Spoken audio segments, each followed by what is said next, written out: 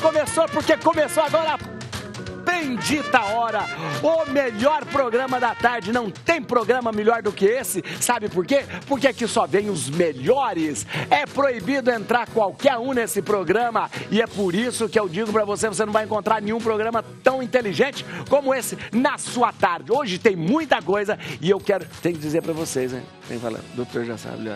Tem 2 requisitos aqui para participar do programa. Primeiro, que seja inteligente. Só pode gente inteligente, por isso que vocês estão aqui. Segundo, tem que ser bonito. Não vem, é proibido entrar gente feia ali. A gente tem uma placa, é proibido entrar gente feia. Então... Gostei Isso mesmo, olha. Olha, vocês vão conhecer quem vai estar com a gente aqui hoje. Doutor Alfonso Massaguero, muito obrigado, doutor Alfonso. Obrigado. Doutor Alfonso é ginecologista, obstetra, é uma grande voz aí da reprodução humana. Muito obrigado, viu? Muito obrigado. Eu que agradeço, é um prazer estar aqui. Viu? Obrigado. Doutor Daniel Machado, olha aqui, ó. Esse senhor, olha, eu vou dizer uma coisa, é o grande, a referência e expert em harmonização facial. Né? Obrigado. Isso aí. Muito obrigado. Obrigado pelo convite. Obrigado. Prazer estar aqui, hein? É uma referência na harmonização aqui, olha, o sujeito é com 3 livros publicados. 3 livros publicados. Não trouxe nenhum para te mostrar, doutor. Ah, não. Que assessora é essa? Que é isso? Ah, não acredito. Verdade, tá vendo? Olha aí, tá vendo? E olha aqui o doutor Vitor Alexandre Shimabukuro de Miranda. Obrigado, doutor. Advogado, muito obrigado. Obrigado mesmo. Tem aí, ó, especialista em direito previdenciário, que é o trem mais complicado que existe na minha vida. Não, é verdade. Né? Direito previdenciário é complicado. Obrigado. E a gente está esperando chegar o Renato Anelli, que é arquiteto, diretor de cultura, está um pouquinho atrasado. Pegou trânsito e ele vai chegar, mas daqui a pouco ele está com a gente aqui. Para começar o programa, o nosso pensamento do dia é esse. Estou com uma dúvida, esse ano eu compro um ovo de Páscoa ou dou entrada no apartamento? Tá caro o ovo de Páscoa?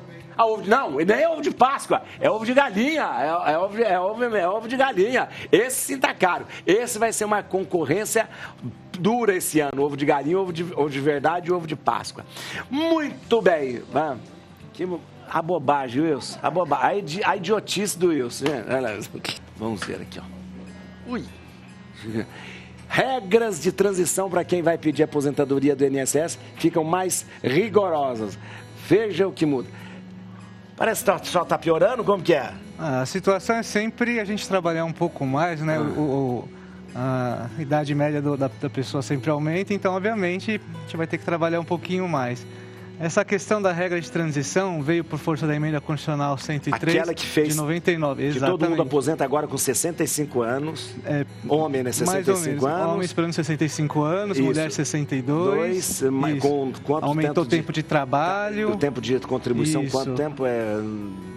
Pelo menos para homem 35 anos.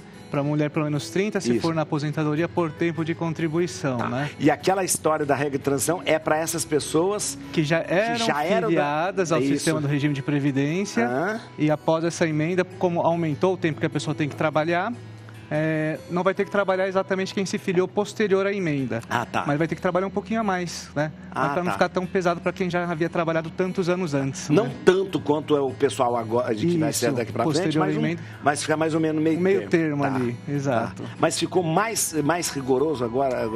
Aumentou. Para a gente obter a aposentadoria por tempo de contribuição, agora, por exemplo, o homem tem que trabalhar 35 anos no mínimo e contabilizar o tempo de idade também, chegar ali numa idade somatória entre pontos de contribuição e de idade, e todo ano isso tem aumentado para quem está nessa faixa de transição. E quem é que está nessa faixa de transição? Exatamente quem começou a trabalhar antes da emenda constitucional 103 de 2019. Tá. Quem antes disso já tinha trabalhado, esse tempo tem algumas regras diferenciadas para... outras regras também? Só vai valer 100% para as pessoas que começaram a contribuir pós 2019. Só? Né? Então isso vai demorar muito tempo, então. Vai. Tem muita gente com a regra de transição, então. Tem bastante. E vai ter muita reforma até lá ainda também. Pelo amor de Deus, nossa mãe. É muito trabalho ainda que vocês vão ter. Muito trabalho. Exatamente. Agora, a questão é impossível uma pessoa acompanhar sozinha sem uma assessoria. É impossível. É bem complicado, existem diversas regras, isso só no regime geral, né, que é da Previdência junto ao INSS. Mas, por exemplo, servidores públicos ou militares têm regras específicas, ou então, por exemplo, servidores municipais é diferente dos servidores estaduais, e para cada município existe uma legislação específica. Pelo amor de Deus. Né? É muito difícil a pessoa achar o melhor tipo de aposentadoria que poderia ter sem uma assessoria jurídica especializada em Previdência. Normalmente é bom a pessoa procurar assessoria jurídica. Um bom advogado. Agora, essa coisa que teve nessas mudanças que teve ultimamente aí, porque toda hora tem mudança do BPC, do LOAS e tal. Sim. Teve muita mudança também. Vem sofrendo algumas mudanças, né? O LOAS, por exemplo, hoje está um pouco mais acessível, porque o judiciário vem dizendo que não é o que está na lei. A pessoa tem que ganhar pelo menos a renda per capita familiar, né? Não pode passar, a lei determina que não seja abaixo de 1/4 de um salário mínimo. Aí faria jus à pessoa. Não pode ser mais do que 1/4 do salário mínimo. A justiça já tem o entendimento de que a família que a renda per capita é menos do que meio salário mínimo já é considerado apta para receber o LOAS. De repente, se a renda de toda a família menos do que meio salário mínimo per capita, isso, per né? capita. Pega lá, uma família com 4 pessoas, para dar o meio salário mínimo, tem que receber até 2 salários mínimos, né? A somatória de todo mundo. Somatória de todo mundo. Então, vai muito do entendimento ali. Então. Na justiça se entende pacificamente que meio salário mínimo já é considerado apto a receber o BPC LOAS. Mas vai depender do juiz. Não sei se do juiz o tribunal reverte. Eu acho que está bem pacificado esse assunto, está bem tranquilo. Interessante. Tudo ao final, né, doutor, depende um pouco também do quanto o Estado consegue pagar, né? Exatamente. Cada vez mais está tendo uma conta de chegada e avaliando o quanto que o Estado consegue, com aquela regra, realmente arcar com essa despesa. Exatamente. O que eu tenho percebido, cada vez mais esse benefício tem ficado mais difícil o acesso, né? As pessoas têm conseguido menos êxito em conseguir esse benefício, o BPC LOAS, né? Antes, de repente, era mais fácil isso. Antes, vamos dizer que talvez tivesse, como o doutor falou, mais facilidade em pagar os beneficiários, né? E eu percebo que estão vindo as regras novas que estão se dificultando a gente conseguir provar que aquela pessoa recebe menos que meio salário mínimo, né? Às vezes uma perícia técnica na residência da autora ou da parte autora vai verificar que, pera lá, ela não recebe a renda per capita é menos que meio salário mínimo, mas ela tem uma casa, vive bem, etc. A informalidade. Isso, exatamente. É verdade. Porque a gente tem que ter na cabeça que esse benefício não é uma obrigação do Estado, é uma assistência, né? Por exemplo, as pessoas que recebem isso são os idosos ou as pessoas com deficiência. Né? Entendi. E o Estado, ele é vamos dizer assim, subsidiário, né?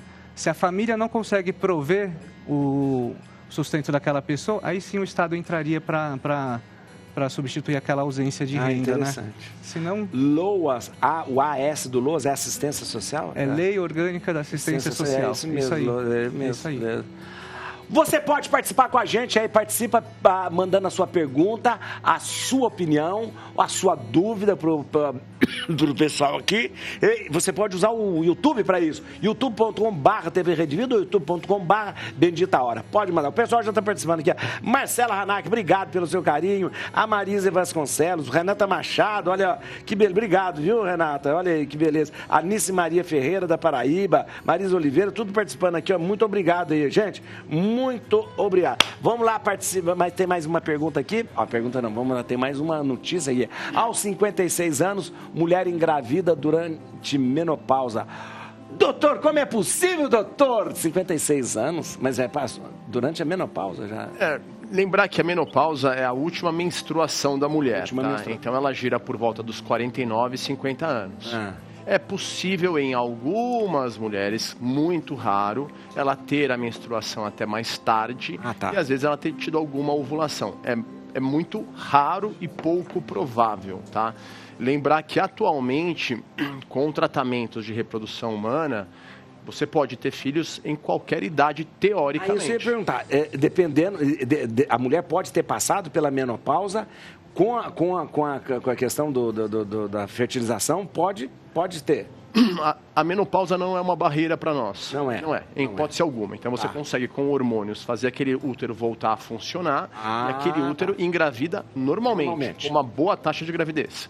O que é a nossa barreira é o óvulo. Então, ou aquela mulher congelou óvulos, ou aquela mulher usa um óvulo doado. Então, nessa situação, ou com óvulos congelados, ou com óvulo doado, ela pode ter 60 anos, está menopausa há 10 anos. Ela pode ter passado já a menopausa, pode estar muito tempo sem o... E pode fazer. E a taxa de gravidez dela é muito alta. Que interessante. E aí, deixa eu perguntar, é considerado... Porque a gente fala, gravidez de risco, aquela história de gravidez... É gravidez de risco? É uma gravidez com um risco um pouco aumentado, mas aí depende da saúde dela. Se ela é uma mulher saudável, ela está com um bom peso, ela não tem hipertensão, não tem diabetes. Então, o risco dela, ele é mitigado ao colocarmos apenas um embrião. Então, uma gravidez de 1 também é uma gravidez muito mais saudável. O importante é você tentar nunca somar fatores de risco. Entendi. Para ir aumentando os riscos, justamente. Exatamente. Então, assim, coisa que muita gente acha bonitinho, que é bonito na foto, são gêmeos. Mas do ponto de vista obstétrico, gêmeos aumenta muito o risco de prematuridade e de sequelas nessa criança. Então O doutor, mas interessante, nesse caso a mulher engravidou durante a menopausa, ou seja, tendo a última menstruação, tendo a última ovulação, ela acabou engravidando, né? E ela então é uma mulher que teve já bem tardia mesmo, né? A menopausa não atrapalha em nada pra gente. Então, semana passada eu tive uma paciente de 57 anos. Então, ela engravida normalmente. Por quê? Porque aquele útero, ele depende apenas de hormônio. Para ele funcionar. Para ele funcionar. Então, se eu dou hormônios para aquela mulher, aquele útero vai funcionar normalmente, ela vai ter menstruação normalmente. E aí é só questão de eu realmente ter um bom embrião e com um bom embrião... Ela amamenta depois, normalmente? Normalmente. Normalmente, Normalmente. Que interessante. E até amamentando vai ter menos tumor de mama. Amamentando. Olha que interessante, gente. Muito interessante. Olha, interessante falar, menopausa não é limite, então não é limite, não é barreira para... Em hipótese alguma. O que é o limite é a nossa saúde, cuidar da nossa... Que interessante essa evolução mesmo na reprodução humana, porque se as pessoas estão vivendo mais, estão vivendo com mais qualidade também, então que seja também que tenha condições de ter filhos mais velhos também, né? O mais importante para a gente é se a criança vai ser bem cuidada. Se a criança realmente vai ser bem cuidada, ela vai ter um ambiente onde ela pode crescer com saúde, isso é o mais importante. É verdade. Também é uma preocupação. Quando a pessoa é muito velha também, é meio complicada também. Também depende de todo o ambiente familiar onde ela vai crescer, né? Então, se a pessoa, de repente, ela está com uma idade um pouco maior, mas ela tem todo um ambiente familiar, que mesmo na falta dela, aquela criança vai ser bem cuidada, isso também é uma coisa que traz tranquilidade. Interessante. Está acontecendo um crescimento nessas pessoas mais velhas querendo ter filho? Espaços como esse já ajudam muito, porque as pessoas, por exemplo, já desconhecem isso. Então, as pessoas acham que menopausa, entrou na menopausa, acabou. É verdade. Isso não é uma realidade. O que importa pra gente é ela estar saudável. Sendo uma mulher saudável, tendo uma boa saúde, acabou. Ela pode ser. Interessante. É interessante porque dá esperança e a pessoa pode ter mais tranquilidade, porque a mulher sempre foi muito martirizada pelo relógio biológico, né? Tem que ter filho, tem que ter... Isso foi muito tempo, muita cobrança da mulher, né? Sim, o relógio biológico, ele continua sendo muito importante. Mas lembrar que a gente falou assim, o útero é facilmente resolvido quase sempre. O ponto é o óvulo. Por isso que é importante que a mulher que quer ter filhos mais tarde, que ela congele óvulos. Ou nós vamos buscar um óvulo doado, o que funciona super bem também. A gente busca uma doadora parecida com ela. A partir dali tem também uma coisa chamada epigenética, que é o seu corpo vai atuar na expressão genética daquele bebê. Você está brincando? Muito isso, muito. De repente a pessoa passa a ter características assim semelhantes, uma coisa mais que provado. Então a epigenética é você ter o mesmo gene que o outro, porém o seu gene se expressa mais que o meu ou menos que o meu. E por isso que você é diferente. Então a mulher que está gestando um bebê, ela não está apenas passando alimento para aquele bebê. Ela está também atuando ativamente na expressão genética daquela criança. Que loucura isso. Interessante, eu já vi filhos adotados com característica dos pais, é impressionante. Eu já vi com filhos adotados. Isso eu não sei o que acontece, mas de repente a gente olha e fala, não é possível. Com características, Quando é ovo-doação é muito mais que isso. Mais do que isso. Muito mais. Porque você nasce, eu já fiz vários partos de bebês de óvulo doado, e nasce e fala, nossa, mas é a minha cara, é a cara da minha mãe. Não é só uma impressão. Aí o marido me olha assim, falando, o que aconteceu? Você não me falou que era, né?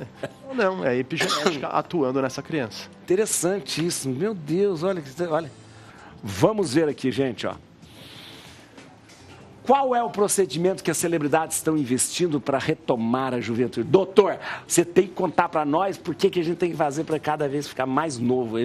Olha, geralmente a gente fala, da harmonização, e a harmonização facial, ela teve um surto grande, todo mundo atrás, mas também, de repente, muitas pessoas assustaram, porque algumas harmonizações o pessoal exagerou demais, né? Eu acho que o grande erro quando você vai fazer uma harmonização é exagerar na quantidade de produto. Às vezes o paciente não está enxergando isso. A própria pessoa vai pedindo, né? Ela vai pedindo, né? E também existe o profissional que quer ganhar mais dinheiro. Então, porque quanto mais produto você usa, mais lucro você tem. Então, se a pessoa não tiver uma ética muito ponderada, ela acaba vendendo muitas vezes mais do que precisa. Então, acaba acontecendo exageros e hoje a maioria das pessoas que passaram da conta estão enxergando isso e estão pedindo para a gente tirar. Estão pedindo. A gente está vendo uma onda de pessoas que estão desfazendo as harmonizações, né? Desfazendo. Porque exageraram, então. Eu ensino a harmonização há 15 anos. 15 anos, doutor? Eu dou cursos para os profissionais da área da saúde aprenderem a fazer. Olha aí. Eu sempre falei para eles, menos é mais. Naturalidade, sempre. Só que teve um pequeno período que teve uma pequena modinha de altas harmonizações, altos volumes. Eu entrei na outra pauta aqui, porque ele quer perguntar depois. Ele quer saber o que o pessoal está fazendo agora. Essa aqui, né? Então, depois a gente fala isso. O negócio agora é saber o que o pessoal está fazendo mais. Então, a Demi Moore usou aquela coisa que chama a substância. Ela ficou... Né? O que está mais em alta no momento, pelo fato das pessoas quererem tratamentos mais naturais, é fazer o uso dos regeneradores. Regenerador? Regenerador. Então, a gente tem produtos que estimulam o colágeno. Ah, tá. Esses produtos que estimulam, aquele negócio bioestimulador. Bioestimulador de colágeno. Só que se você coloca esse produto num tecido onde as células daquela paciente, do paciente, não estão trabalhando bem, ou estão com pouco nutriente, ou já estão envelhecidas, esse estímulo de colágeno não vem. Não vem. Então, o que aconteceu? A medicina regenerativa começou a estudar produtos para as pessoas viverem mais tempo. E depois começaram a colocar esses produtos em feridas e cicatrizavam em metade do tempo. Então a estética regenerativa fez o quê? Se vive mais tempo, cicatriza a ferida em metade do tempo, se a gente colocar num tecido que não tem ferida? Então, só está velho. Só está velho. Aí as células velhas são induzidas a acharem que são novas, começam a trabalhar como novas, começam a contaminar com informação boa as outras células ao redor que também são velhas, todas começam a trabalhar como novas. E as que são novas não envelhecem. Gente, que beleza. Meu Deus do céu. Mas isso são os regeneradores. Peptídeos, exossomos, PDRN, fatores de crescimento. Isso é colocado na pele da gente como? Por aplicados, né? Tem 3 camadas. Olha a pele dele, olha que beleza, gente. Tem que usar. Olha que beleza. Tá doido. São 3 camadas que eu invejo, vou botar oi gordo na pele. E a gente trabalha.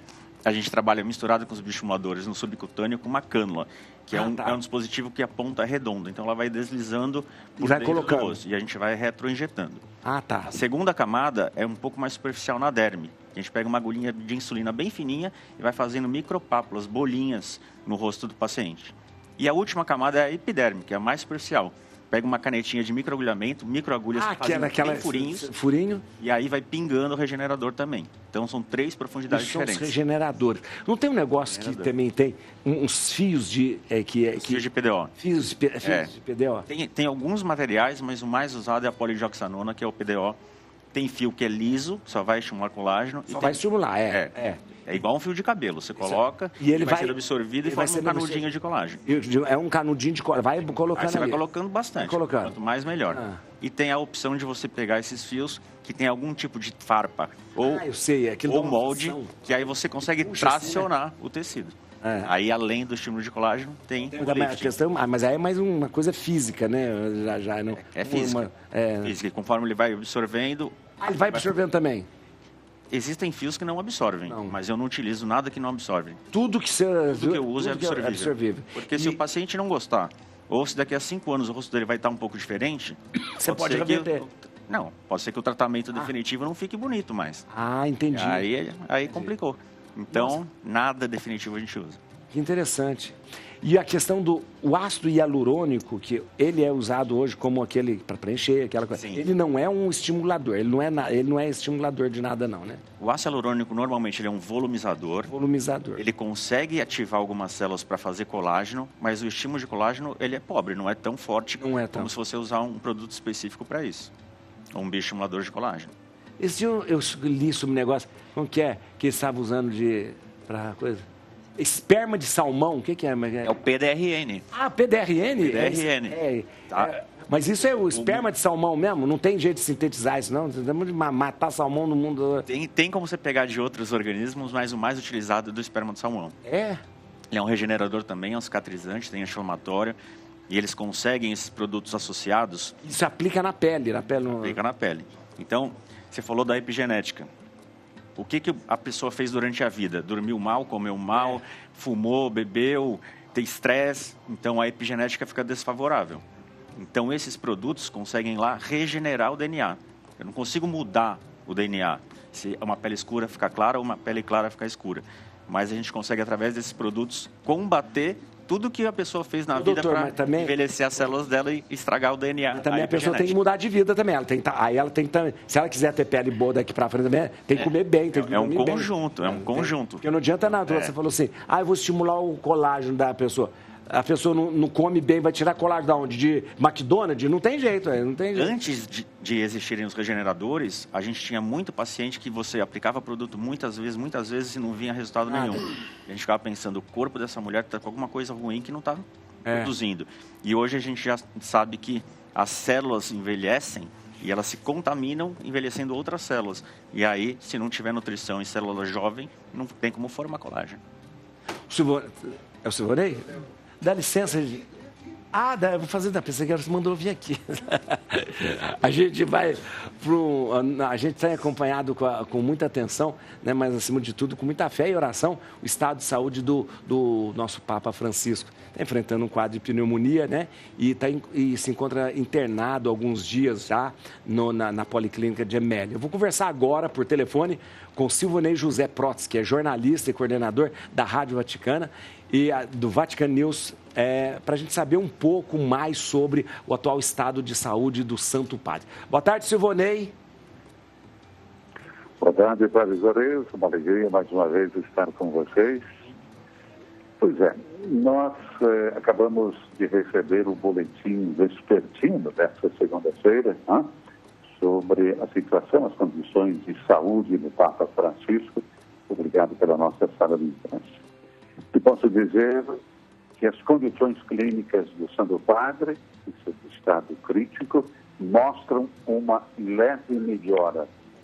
Também no dia de hoje, não se verificaram episódios de crise respiratória asmática e alguns exames laboratoriais também apresentaram melhoras. O monitoramento da leve insuficiência renal não é preocupante, destaca o comunicado. A oxigenoterapia continua, embora um fluxo e um percentual de oxigênio ligeiramente reduzidos. E os médicos, considerando então a complexidade do quadro clínico, por precaução, não desfazem o prognóstico. Na manhã de hoje, o Papa Francisco recebeu a Eucaristia e, no período da tarde, retomou suas atividades de trabalho. No início desta noite, aqui em Roma, o Papa telefonou para o pároco da paróquia de Gaza para expressar sua proximidade paterna. O Papa Francisco agradece todo o povo de Deus que nesses dias se reuniu para rezar por sua saúde. Destaca ainda o boletim que nós tivemos momentos atrás na sala de imprensa da Santa Sé. Silvonei, eu quero agradecer, muito obrigado pela sua disponibilidade e obrigado por sempre nos trazer a notícia com uma fonte muito certa e também para que a gente possa estar unido em oração. Obrigado, Silvonei, muito obrigado. Um abraço a todos vocês e aos nossos amigos da Rede Vida. Obrigado. Silvonei José Protz falando diretamente de Roma, trazendo para a gente a atualização a partir da sala de imprensa da Santa Sé. Nós temos acompanhado, hoje à tarde, às 5 horas da tarde, aqui no Brasil, e 9 horas da noite em Roma, vai haver um momento de oração na Praça São Pedro, junto com o cardeal Pietro Parolin, que vai conduzir o rosário na praça. Aqui na Rede Vida, nós vamos fazer às 6 horas da tarde um momento de terço, junto com a presença do nosso cardeal Dom Odilo Scherer, rezando pelo Papa também. Muito obrigado, muito obrigado. E ó, você vê interessante, o Papa, ele, desde quando começou o conflito em Gaza, ele liga todos os dias para o padre. Tem um padre em Gaza, tem uma igreja só pequenina, um pouquinho, pouquíssimos cristãos tem em Gaza, pouquíssimos. Ele liga todos os dias para saber a situação de Gaza. Todos os dias ele tem feito isso. E hoje ele ainda doente, muito doente, né? Ele ainda ligou hoje para Gaza para perguntar como que estava a situação lá. A gente vai para o intervalo. Aqui agora a gente vai para o intervalo. É o seguinte, sabe que sempre eu peço alguém para escolher uma música para a gente terminar o programa, quando for terminar o programa. Então eu vou sortear alguém. Antes eu escolhia, mas depois eu comecei a ser mal falado e falando que eu sempre escolhi. Quem vai escolher? O doutor Alfonso Massaguer vai escolher uma música para a gente terminar. Escolha uma música da sua vida para a gente terminar o programa de hoje. Qual? Fala, Ney Mato Grosso. Fala? Fala. Olha que interessante. Muito. A primeira que escolha é ótima, né? Chama Fala a música. Fala. Fala! Ney Mato Grosso vai cantar pra gente aqui. Tem um filme do Ney Mato Grosso, né? Vai sair o filme, vai sair. Estamos de volta aqui com só os melhores. Eu já te falei aqui, ó. Tô aqui com o doutor Alfonso Massaguer, que é o nosso ginecologista, obstetra, grande voz da reprodução humana. Doutor Daniel Machado. Nós estamos impressionados com tanta coisa. Só fiquei muito decepcionado com o doutor, porque ele não toma café. Mentira. E ela não só do café, ela fica muito triste quando alguém não toma café. Eu gostaria de tomar, mas eu... Mas ele não toma porque não gosta, viu, gente? É porque não gosta. Não é porque, eu não tomo porque é pra ficar... Não tem nada a ver. Tomar café faz bem pra pele. Café faz bem. E o doutor Vitor, que está aqui com a gente. Obrigado, doutor Vitor. Eu que agradeço o convite mais uma vez. Vamos lá. Enquanto a gente toma café... Relator mantém fim da cobrança sobre herança em planos de previdência. Eu não entendi nada. Explica aqui pra gente, doutor. Vamos lá. Fora dos... O que é o fim da cobrança sobre herança? Existe cobrança sobre herança? O que é? Então, na verdade, há uns anos vem uma discussão bem grande sobre essa questão. Fora do regime da Previdência, o regime geral da Previdência, existe o regime, né, das previdências privadas, né? Então, a pessoa vai lá, contrata com uma instituição financeira ou com qualquer outra instituição o regime da Previdência privada. E vinha essa discussão se no óbito dessa pessoa, ao transmitir aquela previdência para algum dependente ou algum familiar, deveria se pagar um imposto de transmissão causa-morte sobre isso, né? Tá. Esse julgamento ainda não terminou, acho que na sexta-feira, dia 21, se não me engano, teve um voto... mas aonde é? No Supremo Tribunal? No Supremo Tribunal Federal, o Dias Toffoli, em desfavor, não tem que se cobrar isso. Quando eu contrato uma previdência privada, coloco uma pessoa, um ente querido meu como beneficiário, na minha ausência, essa previdência que eu fiz é para manter o padrão de vida daquela pessoa, para ela, né, ante a minha ausência, ela continuar sobrevivendo. Isso. E aí, sobre isso, o Estado gostaria, alguns estados gostariam de cobrar o imposto sobre isso. O que o Estado não quer cobrar, gente? Vamos falar a verdade. O que ele não quer arrancar um pedacinho, né?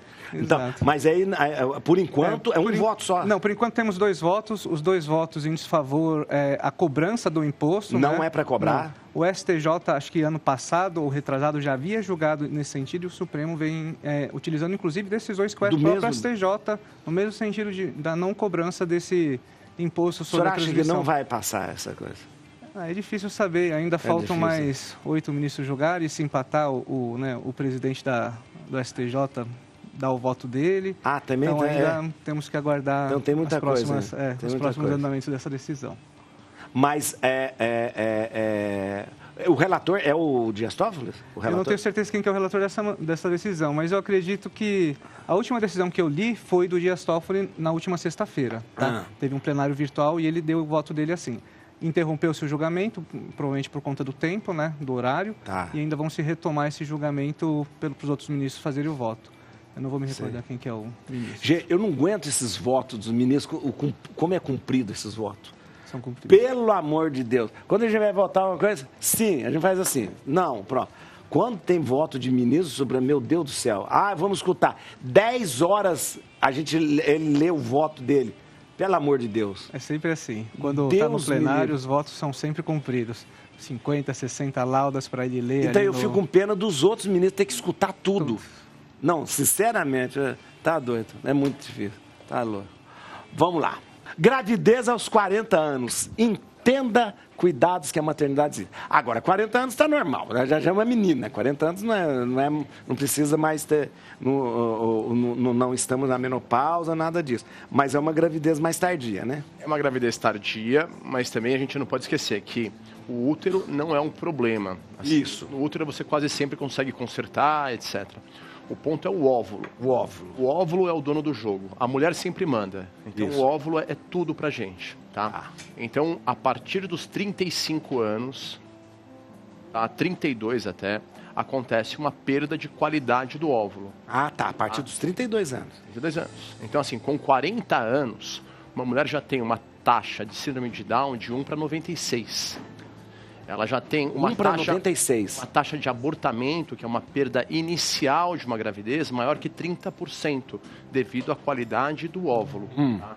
Então, se a mulher vai deixar para ter filho com 40 anos em diante, vale muito a pena ela se informar e pensar em técnicas de preservação da fertilidade. Como congelamento de ovos, por exemplo. Doutor, a mulher que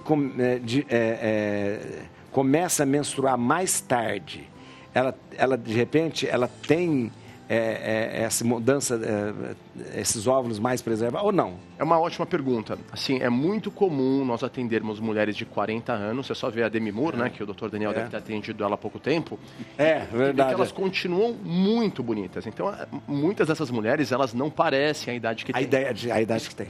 Mas o ovário não tem esse mesmo potencial. O doutor Daniel não consegue ir lá injetar bioestimulador no ovário e fazer ele rejuvenescer. Não tem. Então, o ovário é de extrema importância que a mulher, nessa hora, ela entenda que não importa o quanto ela é saudável, não importa o quanto ela é bonita, não importa o quanto o rosto dela pareça 20 anos. Os ovários sentem a diferença. Então, se a gente pegar o quadro mais cabeludo possível, se eu uso um óvulo doado, minha taxa de gravidez faz isso. Ela continua sendo super alta. Então, assim, com o óvulo doado, eu engravido praticamente todo mundo. Sei. O ponto todo é que o ideal é nós termos óvulos próprios. E para isso é muito importante espaços como esse, conscientizar as mulheres que o relógio biológico para óvulo é muito importante e é difícil enganá-lo. E, você falou uma coisa, porque os óvulos, eles já são, quando a mulher nasce, eles já têm os óvulos. Quando ela era um bebezinho, um feto na barriga da mãe dela. Quando ela era um feto, ali já tinha os óvulos já. Foi o único momento da vida dela que ela produziu óvulos. Pronto. Foi na barriga da mãe, quando ela era um feto. Desde então ela não produz mais. E aí isso vai significar que com 32 anos para ela, vai ser 32 anos para todo mundo. Ou seja, esses óvulos com até 32 anos, eles têm eles são saudáveis, assim, 100%. Sim, até os 32, sim. Tá? A gente tem uma segurança. Você ter uma boa segurança. Tá. Óbvio que se a mulher tem alguém na família que teve uma menopausa precoce, vale a pena ela checar. Se ela teve algum tipo de tratamento de quimioterapia, por exemplo, vale a pena checar. Se ela tem uma doença autoimune, avalie isso antes. Mas, em geral, até os 32 é quando ela tem uma boa reserva ovariana e uma boa qualidade dos óvulos. Então, por isso que eu perguntei, porque então não independe o fato dela ter tido a menarca mais tarde, independe dela ter menstruado mais tarde, depende. Tem uma influência, mas muito pequena. Pouca, né? Muito pequena. Não tem... Quando eu pego uma mulher super saudável, ela tem mais de 40 anos, a taxa de gravidez dela vai ser menor. Então, os números não mentem. É verdade. Você tem trabalhos com milhões de mulheres que fazem tratamentos de reprodução assistida. É verdade. Fertilização in vitro. E quando você avalia a taxa de gravidez, o número de embriões saudáveis, isso se reduz drasticamente com a idade. Você tem pergunta, Rodolfo? Rodolfo, nosso diretor. Isso, boa tarde, doutor. Tudo bem? É o seguinte, está chegando bastante nas redes sociais que esses dias nós tivemos aquele caso da cantora Alexa, né, que teve pré-eclâmpsia, acabou depois de 3 dias perdendo o nenê, e os fatores de risco eram quase inexistentes para ela, no caso dela. Então isso acabou assustando, as pessoas ficam meio em dúvida do perigo que é ter passar por uma situação dessa. O senhor poderia esclarecer um pouquinho para os nossos telespectadores?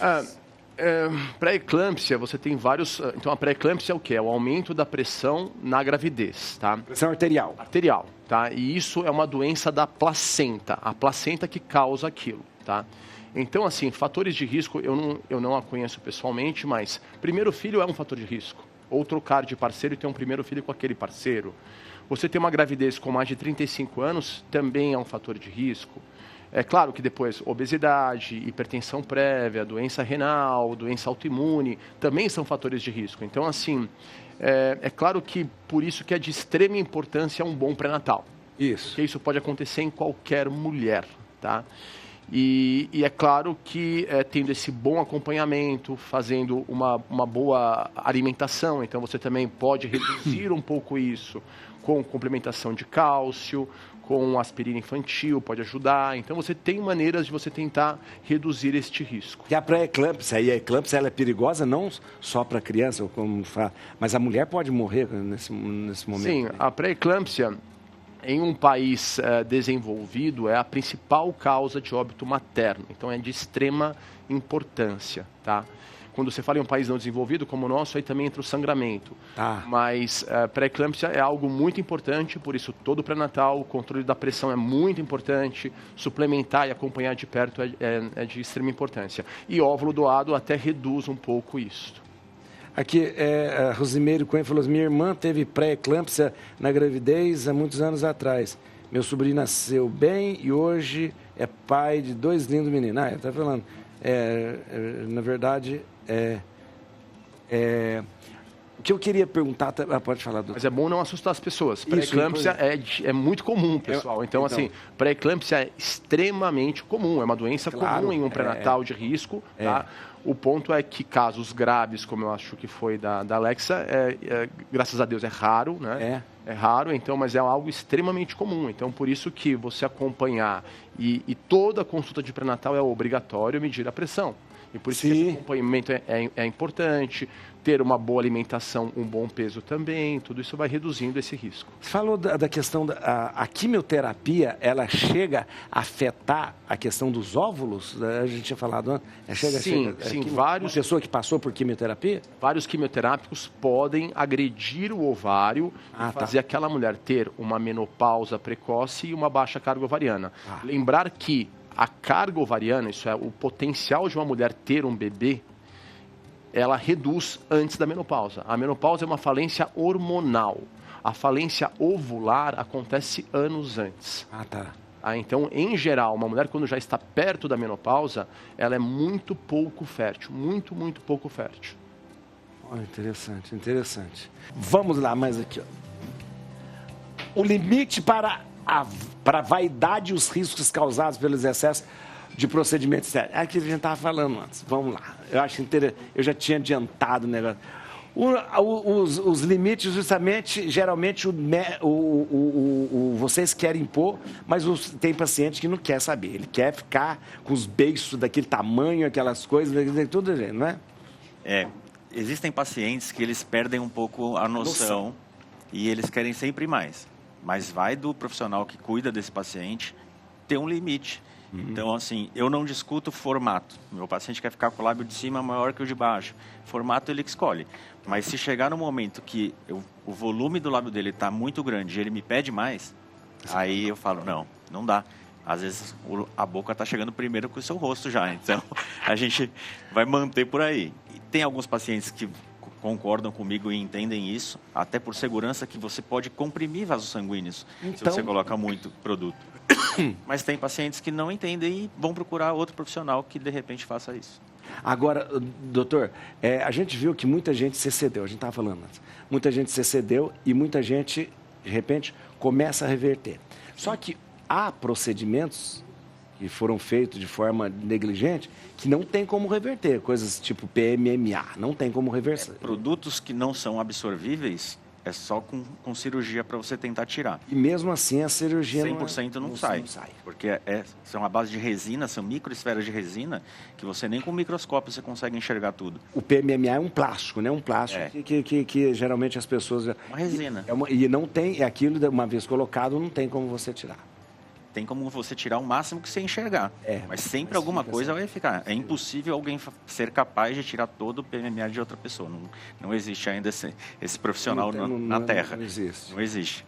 E uma outra coisa que a gente acontece e vê muito até com ácido hialurônico, que é absorvível, é que quando você coloca muito, você vai tendo uma distensão do tecido. Vai ficando estufando. Vai estufando, E conforme ele vai sendo absorvido, gera uma flacidez. Porque aí você esticou a pele, esticou tudo. Sim. Aí você vai ter que sempre colocar mais. Sempre ficar mantendo. Para manter aquilo, você tem que ficar mais. Tá vendo o perigo de encher a cara? Quando você tira pacientes que colocaram grandes volumes, aí você tem que trabalhar muito com bioestimuladores de colágeno, ultrassom microfocado, que são máquinas para induzir colágeno. Ultrassom microfocado. Os regeneradores associados. Olha porque senão o paciente fica com o rosto todo caído, fica flácido. Vai ficando caído. Olha que beleza. Tem pergunta? Tem. Olha lá, o Rodolfo Salete, para o Dr. Vitor. Perguntando, Carla Zambonini, de Rio Claro, São Paulo, quer saber se é possível continuar trabalhando depois de me aposentar e ainda receber a aposentadoria. Se for um benefício de aposentadoria, não tem problema nenhum. Uns anos atrás tivemos um julgado, as pessoas podem continuar trabalhando, mas se discutia muito se a pessoa que continua trabalhando deveria contribuir ao sistema previdenciário. E, de fato, nós precisamos, se estamos trabalhando, precisamos contribuir, mesmo quando aposentados, tá? Mas não há problema nenhum. A não ser, ela não pode trabalhar se for uma aposentadoria por invalidez, por exemplo, né? Que aí a própria questão do trabalho é o que a incapacitou para desenvolver aquela atividade, e não poderia. Tem pergunta aqui também, fazer revisão, a Marisa Oliveira, fazer revisão na aposentadoria é uma coisa garantida ou existe golpes? Existe golpes? Não, sempre existe golpes. Sempre existe golpes. É sempre bom procurar um profissional adequado, um bom profissional, mas existem inúmeras possibilidades também de revisão, né? Cada caso, um caso. Sempre válido procurar um bom profissional. E aquela revisão da aposentadoria, que o Supremo ganhou, aí depois voltou, ia votar, e quando veio um votou, aí ganhou e não foi para frente. O que é isso? Ainda não tem uma decisão definitiva sobre isso, né? Atualmente, a decisão definitiva não é favorável à revisão da vida toda. Revisão da vida toda, é isso? Revisão da vida toda... para aquelas pessoas que trabalharam, que contribuíram ao INSS antes de julho de 94, nos antigos planos, né, de moeda que tínhamos, ser considerado aqueles valores que foram pagos, porque a lei atual garante apenas desde que é o plano real, lá para julho de 94. Mas isso é muito injusto, porque o pessoal pagou... E não tem aquele valor convertido. E não tem aquele valor...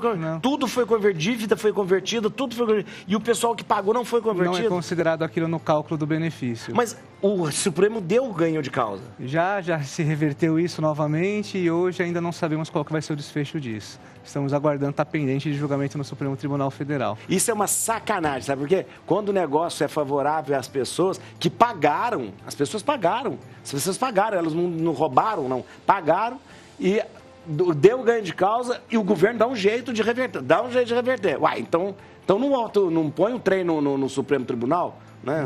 Exato. O Supremo Tribunal já votou não sei quanto tempo já está votando esse trem. Já tem anos, é um tema muito antigo, um dos temas mais antigos que está pendente de julgamento no Supremo Tribunal Federal.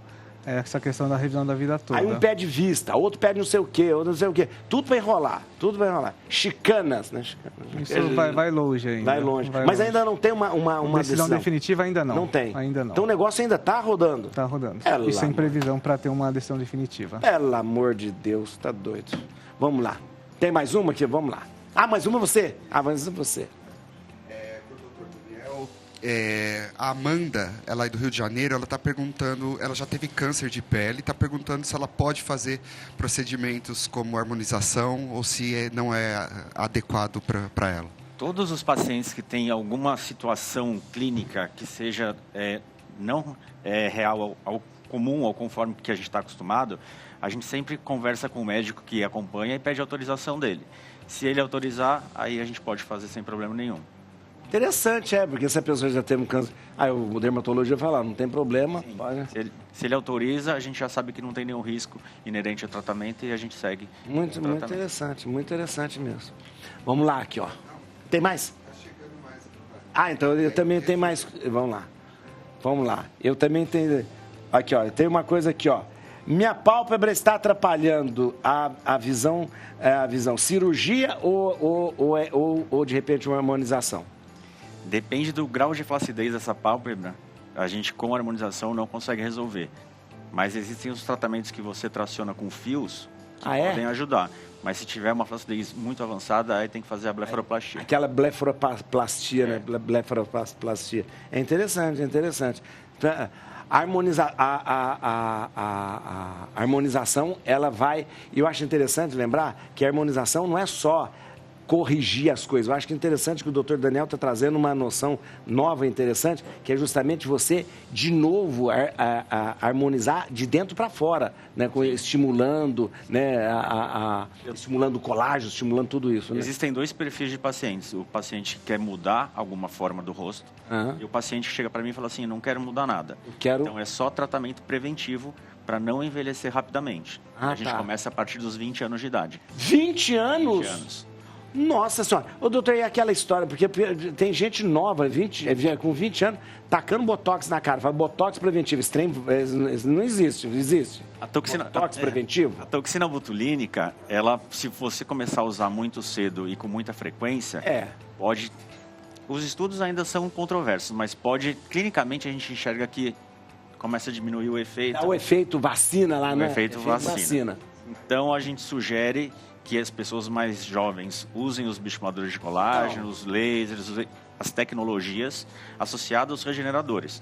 Que os últimos estudos mostram pra gente que a partir de 20 anos a gente começa a diminuir a produção de colágeno. Mas é legal também abordar o preconceito, né? Porque às vezes muita gente que está vendo a gente em casa tem preconceito com relação a isso.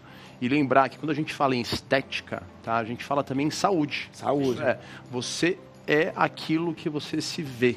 É verdade. Então, assim, para muita mulher, para muito homem, você tá ali bem, se sentindo, cuidando do seu rosto, cuidando de você, aquilo muda a sua cabeça. Aquilo muda a sua disposição, aquilo muda a sua saúde. O jeito de viver, você tem mais anos, você está mais... É diferente mesmo, então, verdade. Se você está em casa e tem preconceito com isso, não tenha. Se você não quer fazer, ok, mas deixa quem quiser fazer, se cuidar, ficar bonito. A Organização Mundial de Saúde, ela fala que para um indivíduo ser considerado saudável, ele tem que estar bem mentalmente, não só não ter nenhum tipo de doença.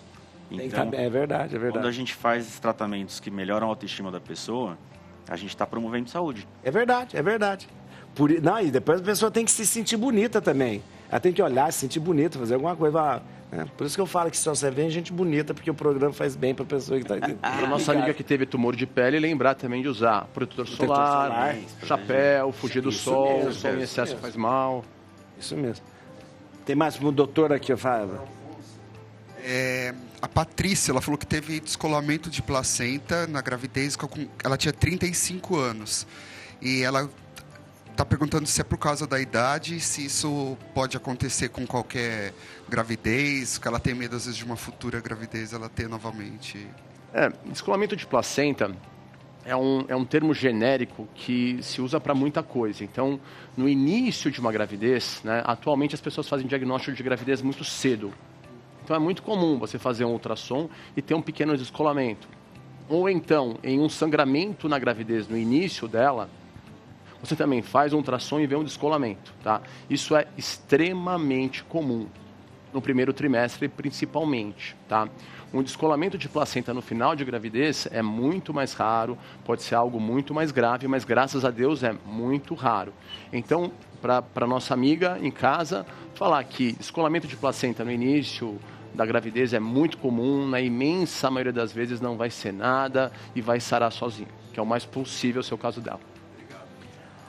Muito bem. Acabou? Não acredito. Toda vez que tá ficando bom aqui, ó. O doutor vai ensinar o que faz para ficar com essa testa bonita aqui. Olha essa testa. Essa pele, eu também. Regeneradores. Regeneradores. É o que era a nossa mãe. Muito bem, olha, vamos lá. Música do doutor. Doutor Alfonso, vamos lá, gente? Música do Doutor Afonso. Aí, ó. Doutor Afonso, muito obrigado, viu? Obrigado. Doutor Alfonso tem um livro maravilhoso. Mais uma vez, você não trouxe o livro, né? Tenho que trazer. É para eu voltar aqui que eu faço. O título do livro é interessante. A Espera. A Espera. É lindo, gente. A Espera. Muito bom. Doutor Afonso, o site do Doutor Afonso é alfonsomassaguer.com.br. O site da clínica é Clínica Mãe, mais mãe sem o tio, né? Clínica Mãe. .med.br. E no Instagram, vai lá agora seguir o Dr. Alfonso, @Alfonso Massaguer. Obrigado, doutor. Muito obrigado. Sempre um prazer. Obrigado, fiquei muito feliz. Dr. Daniel Machado vai voltar aqui pra gente conversar mais coisas aqui. Obrigado, doutor. Sua clínica, essa consultório é aqui em São Paulo, na Maracatins, né? Moema. Olha aqui, ó. No Instagram, vai procurar ele agora. Dr. DR, né? DR Dani Machado. DR Dani Machado. E também no Instagram, @Prosperei. Instituto Facial. Prosperei Instituto Facial. Próspera Instituto Facial, mas tudo junto. Tá lá. Próspera Instituto. Eu botei prosperei, não prosperei. E ó, obrigado, doutor Vitor. Muito obrigado. Agradeço o convite. Olha, tem um monte de dúvida aqui, eu vou passar tudo pro senhor aqui, ó, tá vendo? Favor, muito obrigado, doutor. Atenção no Instagram do doutor Vitor, @VM Advogado. Isso. Fácil, @VM Advogado. E o site é vmadvogado.com.br. Obrigado, doutor. Muito obrigado mesmo. Obrigado a vocês, obrigado. Aumenta o som, porque acabou o programa.